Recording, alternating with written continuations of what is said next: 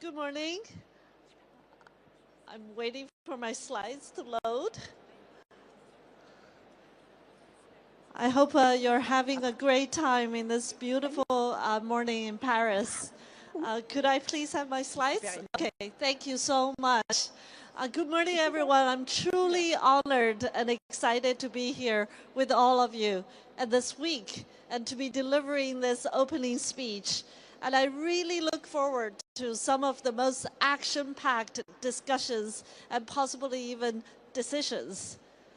So for many of us, AI is often framed as a story of technology and the modern world, and certainly a story of the future.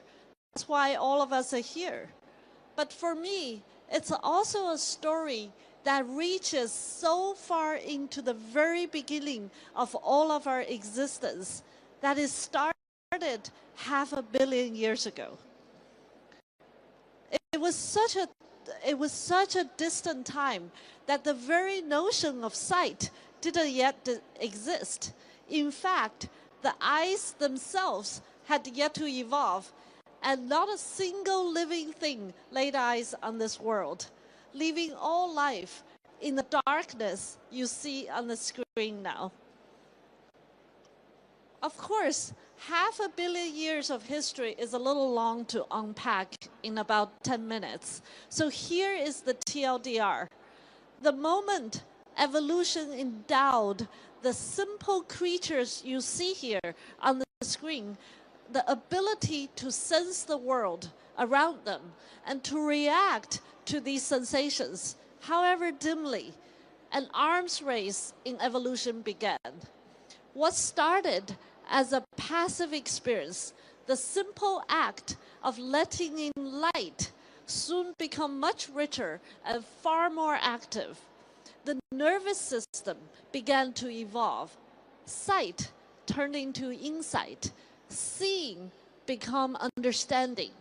Understanding led to action. And all these give rise to intelligence. And this would reshape the very nature of life on Earth forever. Today, fast forward 500 million years later, human intelligence has led our species to imagine and shape the way we work and live in every possible ways. And we're no longer satisfied with just having nature's gift of intelligence. Our curiosity now urges us to create machines that are just as intelligently as all of us, if not better. Hence, the quest of this seminal technology that we are talking about this week began in the mid-20th century. Alan Turing, a great mathematician in UK, was so prescient that even before computers existed, he was already grappling with the philosophy of endowing them with the cognitive ability rivaling our own.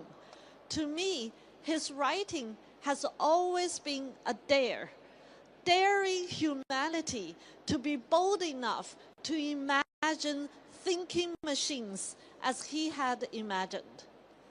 The very same spirit of curiosity and ambition also gripped early computer scientists in America, who not only convened the first research project to explore possibilities of thinking machines, they also coined the term artificial intelligence itself in the steamy summer of 1956, decades before it reached public consciousness.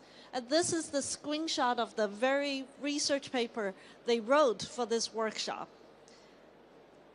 Admittedly, what was really amusing is they think that in 2 months they would solve a huge part of this problem and unravel the mystery of intelligence. Maybe they were a little optimistic, but you have to admire their audacity. Today, we're 820 months into that 2-month project, but we made some solid progress. Another misconception of AI is that it's simply a matter of computers and engineering, when in fact it has always been a multidisciplinary pursuit of incredible vibrance. The modern AI era that we are living in now is a result of the convergence of three profoundly important yet distinctive technological and scientific advances.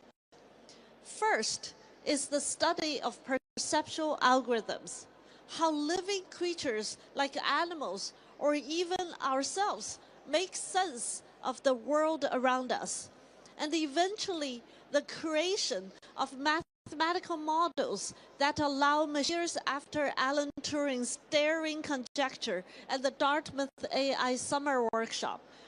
Neurophysiologists Hubel and Wiesel have shed first light on the hierarchical architecture of neuronal processing of the mammalian visual cortex, earning them a Nobel Prize and transforming our understanding of the visual processing. Around then, psychologist Frank Rosenblatt built one of the first prototypes of neural network called perceptron. This work would go on to inspire decades of computer scientists, especially early pioneers like Kunihiko Fukushima, Jeff Hinton, Yang LeCun, Joshua Bengio, among others, to devise increasingly sophisticated models culminating in the deep learning neural network algorithms we know today, giving our machines uncanny ability of their own. At the same time, a second thread started to emerge. Cognitive scientists are looking deeper and deeper into our own minds, shedding light on the astonishing depth and sophistication of our own ability to perceive our surroundings. A clear conclusion of their work was that there is no separating our brains from the environments in which they evolved from. Brains are simply machines locked away in the darkness of our skulls, but eager students learning from each glimpse of light, tinge of touch, whisper of sound from the earliest moment of life. For me, in particular, as a scientist coming of age at the dawn of the 21st century, when perceptual algorithms were almost the sole focus of my field, the lesson of the cognitive science was one of scale. The evolutionary and developmental process have benefited from an enormous amount of data to drive our own learning. My collaborators and students and I conjectured that the same would be true for machines. But this time, instead of collecting data using biological sensors, they will come from modern digital devices and the internet. This inspired my own lab's project, ImageNet, the first internet-scale training and evaluation dataset for AI. Our hypothesis of data as the key to high-capacity algorithms like neural network brought them back to life in ways that previously unreachable, and kicked off a global trend in using big data for AI, now known as part of the scaling law of AI. Finally, however, none of these achievements would have been possible or would have made it to the first passing of starting block without the extraordinarily powerful systems to run them. It began with the milestones like development of the von Neumann architecture, a paradigm of computer architecture first proposed in the 1940s and is still followed today, leading to the first microprocessors in the early 1970s. But amusingly, it was video games that helped push the raw speed of silicon into overdrive. a cottage industry beginning in the early 1990s to make game graphics more detailed exploded into a global powerhouse within just a couple of decades, as giants like NVIDIA built increasingly powerful graphics processing units, or GPUs. This turned out to be the last missing puzzle to enable network algorithms to learn from internet-scale big data. So if there are any gamers out there, we have to thank you for this. The rest, of course, isn't just history. It's the recipe for building the future. In 2012, at the ImageNet Challenge, my lab has pioneered each of these three ingredients, algorithms, data, and compute, came together for the first time at the scale big enough to transform my field almost overnight. It was the first time machines could understand and reliably describe contents of images, millions and millions of them. It's something we now take for granted today, but it was an unsolved problem at the time, an ability that felt like science fiction. And it was the first domino piece to fall in a progression of milestones that only seemed to come faster and faster as the years passed by. Now, over a decade later, we're still exploring the implication of what this all means. What began as an academic curiosity is now enjoying year after year of breathless attention from business leaders, entrepreneurs, industry analysts, and even politicians with no end in sight.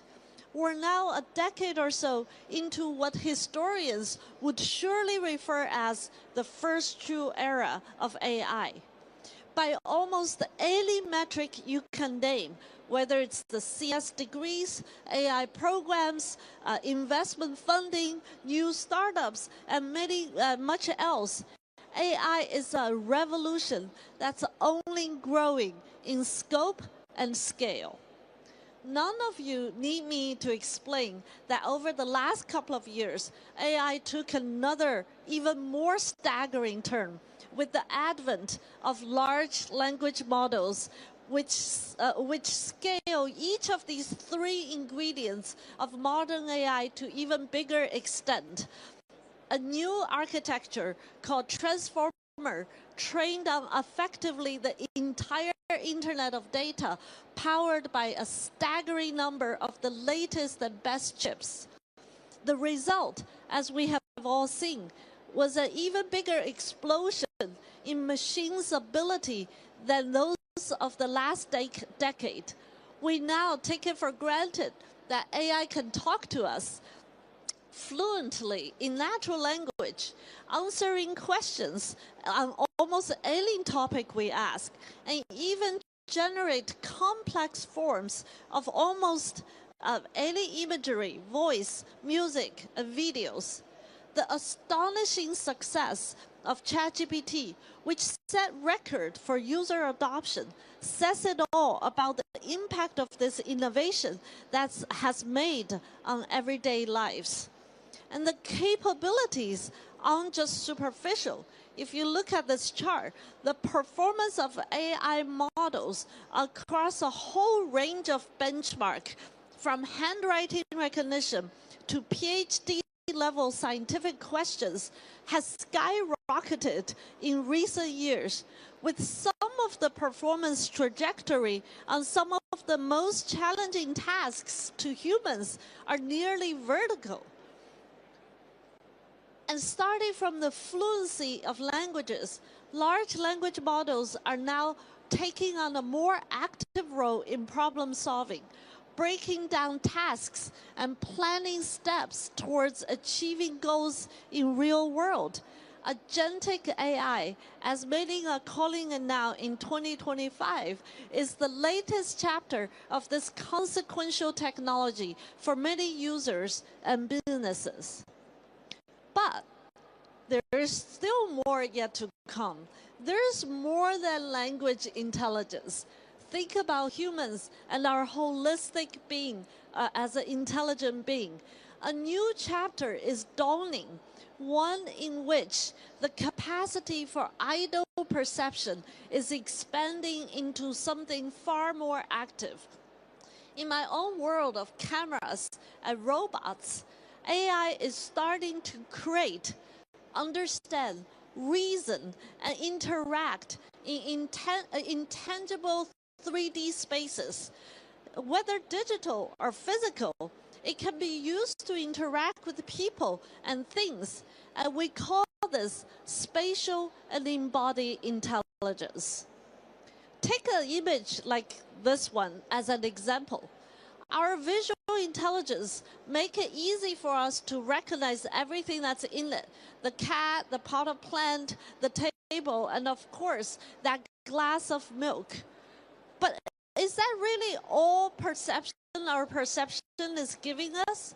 I'm willing to bet if some of you look at this picture, there's more than a few of you are just understanding this image, but also you're dying to reach out and grab the glass of milk before it shatters over the floor. This is a trivial example, but it highlights how profound the difference is from merely observing to acting. It illustrates the inflection point I believe we're about to be reaching, at which AI goes from an observer to an actor alongside us. In fact, with respect to my hero, Alan Turing, I now believe his vision of the future was too narrow and too inward-facing. Evolution itself has taught us unequivocally that the real power of intelligence isn't merely to think, but to drive action with those thoughts. Just think about how much humans' spatial intelligence has empowered us to build our civilization, from ancient pyramids to industrial revolution, from scientific discovery to artistic expression. How will our relationship with the world around us change even further when AI expands our spatial and embodied intelligence? What will it help us to create and discover? What kind of future are we already in the process of building? Well, here's a glimpse of the rapidly evolving technology of spatial intelligence. I'm showing you here 4 examples by my students at Stanford and colleagues at World Labs, ranging from the upper left panel is the semantic labeling of complex everyday videos, to the upper right panel, artistic style transfer, to the lower left panel, generative AI algorithms creating videos from text prompts, to the lower right panel, making 3D worlds from any image. And that's right, you're indeed seeing the beloved painting by Van Gogh of a French cafe brought into an imaginary 3D world by our generative AI models. And equally exciting, robotics, a form of embodied AI, is also rapidly advancing. These 2 work from my lab are the latest example of combining robotic learning with large language and vision models, allowing robots to perform everyday human tasks in much more open, realistic settings compared to the previous generation of robots that were highly programmed and choreographed. These are exciting possibilities. But if AI were truly become not only thinking machines, but also doing machines, our collective responsibility in shepherding this technology becomes even more urgent and important. I don't think it's an exaggeration to say all this has brought us to a moment of civilizational consequences. So how are we going to navigate this? I think this is also the purpose of our gathering this week. This question has guided my work for years. While I'm certain there are no easy answers to be found, one theme continuously to run across all my work. This is what I call human-centered AI, which consists of three simple values: dignity, agency, and community. First is dignity. In the face of more and more powerful technologies, we as humans are often confronting the question of what defines us, stripping away from all the tasks we're able to do, the fundamental pride of being who we are, making decisions on our own, and conducting actions by ourselves is still central to our very being. Nothing would excite me more if this technology can help protect and even return that sense of dignity to all of us, especially to the most vulnerable. And this is an example how robotics and AI technology can one day help endow the sense of autonomy to even the most paralyzed patients. In this Stanford project by my collaborators and students, a robotic arm is controlled purely by the thoughts of the person, collected non-invasively through EEG and the recording of brain waves. Our AI algorithms are able to decode that person's thoughts and instruction and guide a robotic arm to make a full Japanese sukiyaki meal. Second is agency. A core tenet of my lab's work has been exploring applications of AI that augments what humans are capable of instead of replacing them. Jobs will inevitably be impacted by the progress of AI, just as every major technological shift in history has reshaped the labor market. But instead of believing that AI help to augment and empower us, from creativity to healthcare, from scientific discovery to manufacturing. Much of AI's skill set are complementary to that of humans. There's so much opportunity for us to take advantage of this digital or physical collaborator to superpower ourselves. My lab's work in the past decade in AI healthcare delivery has shown me many opportunities for AI to help to improve the quality of care and to alleviate the burdens of our healthcare workers. Here are three examples of using smart cameras powered by AI algorithm to help hospitals to improve hand hygiene practice by clinicians, to help document patient mobility exercises, and to assist surgical instrument tracking. Last but not the least is community. So much of the last decade has been a story of technology tearing us apart, filter bubbles, rage bait, and all the likes.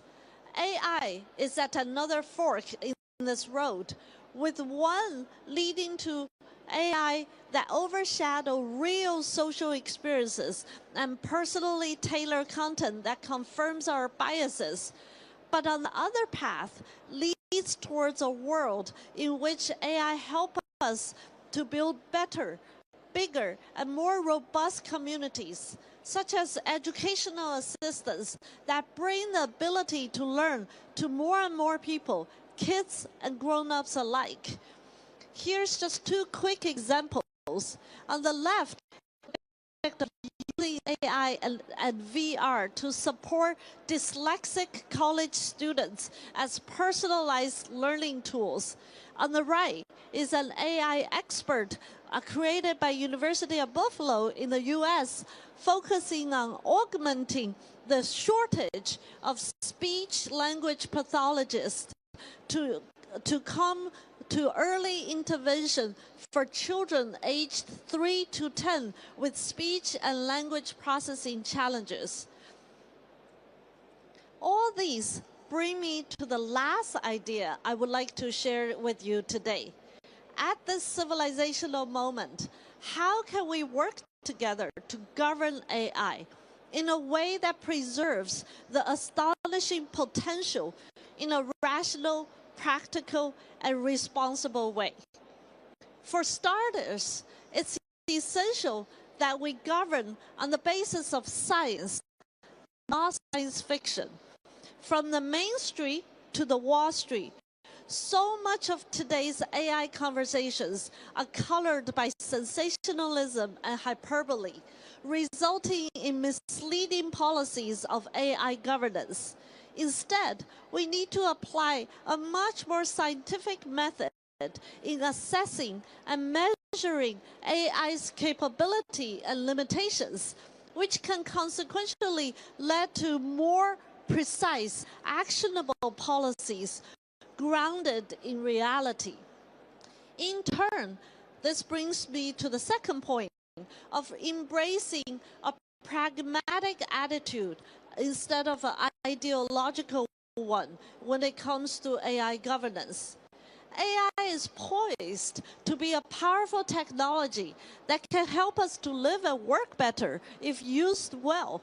So instead of hindering the upstream exploration and research of this still very young technology, we should put more focus on its practical applications so that we can ensure its benevolent usage and to guard against harmful outcomes. Finally, we need to invest in far more healthier and vibrant AI ecosystem where academia, entrepreneurs, open source communities, and public sector can all participate and play their critical role alongside big companies in driving this technology forward. If AI is going to change the world, we need everyone from all walks of life to have a role in shaping this change. Earlier in this talk, I spoke about 3 critical ingredients that brought us modern AI: algorithms, data, and compute. If the bulk of these resources are concentrated in only a handful of companies, the AI ecosystem will suffer from the lack of curiosity-driven research, top educational talents, open source efforts, and multidisciplinary explorations. So 75 years ago, Alan Turing saw a glimpse of the future and was inspired enough to dare humanity to build a thinking machine. Today, we have taken Turing's dare to a level that he probably could not have imagined.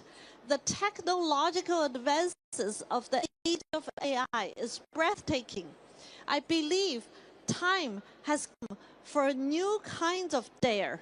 Rather than simply asking if we can create AI, let's ask if we can create AI as a force of good.